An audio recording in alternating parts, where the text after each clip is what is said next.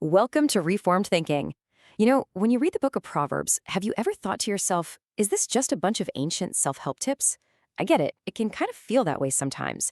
But if you look a little closer, you'll see that biblical wisdom has a foundation, a source, and a purpose that make it totally unique. So let's break that down.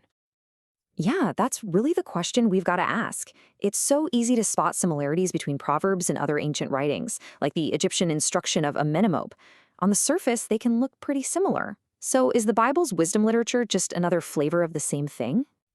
Well, even if the style looks a bit familiar, the substance is in a completely different ballpark. See, it's not just about the what, the actual advice. It's about the who and the why behind it all. Where this wisdom comes from and what its goal is, that's what sets it apart. All right, so let's get into the first big difference, and it all comes down to the starting point. According to the scriptures, any and all true wisdom has to be built on one very specific foundation. Job puts it about as plainly as you can.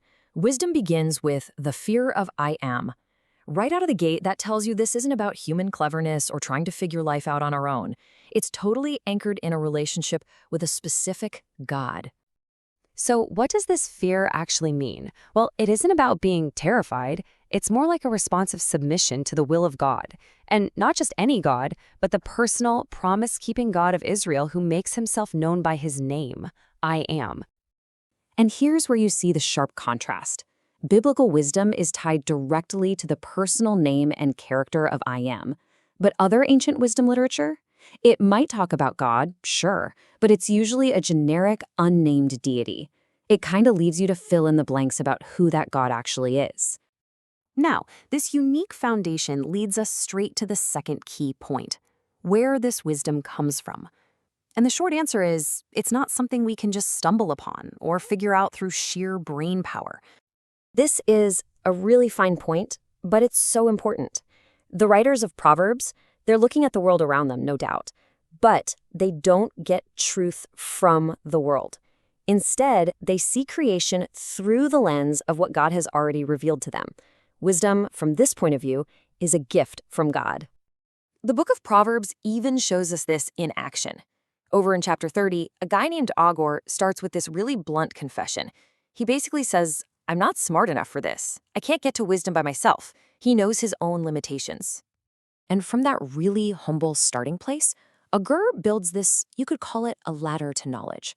Let's walk through his logic. First, he admits he can't do it. Then, he recognizes that only the Creator has real knowledge. He names that Creator, I am, and he names the people God is teaching, Israel. And where does all this lead?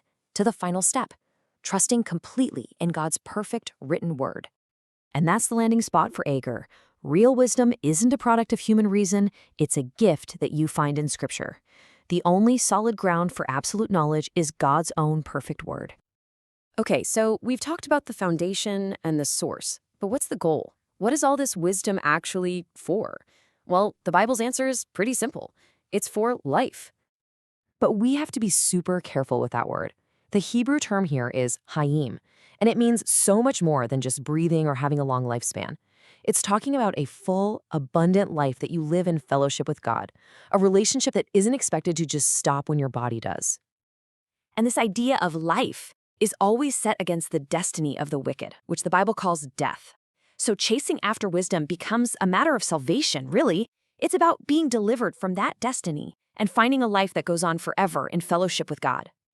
And the rewards that come with this wisdom, they all flow out of that central relationship with God. It isn't just a random list of benefits. It's this whole picture of human flourishing, everything from guidance and favor to a future hope that you can count on.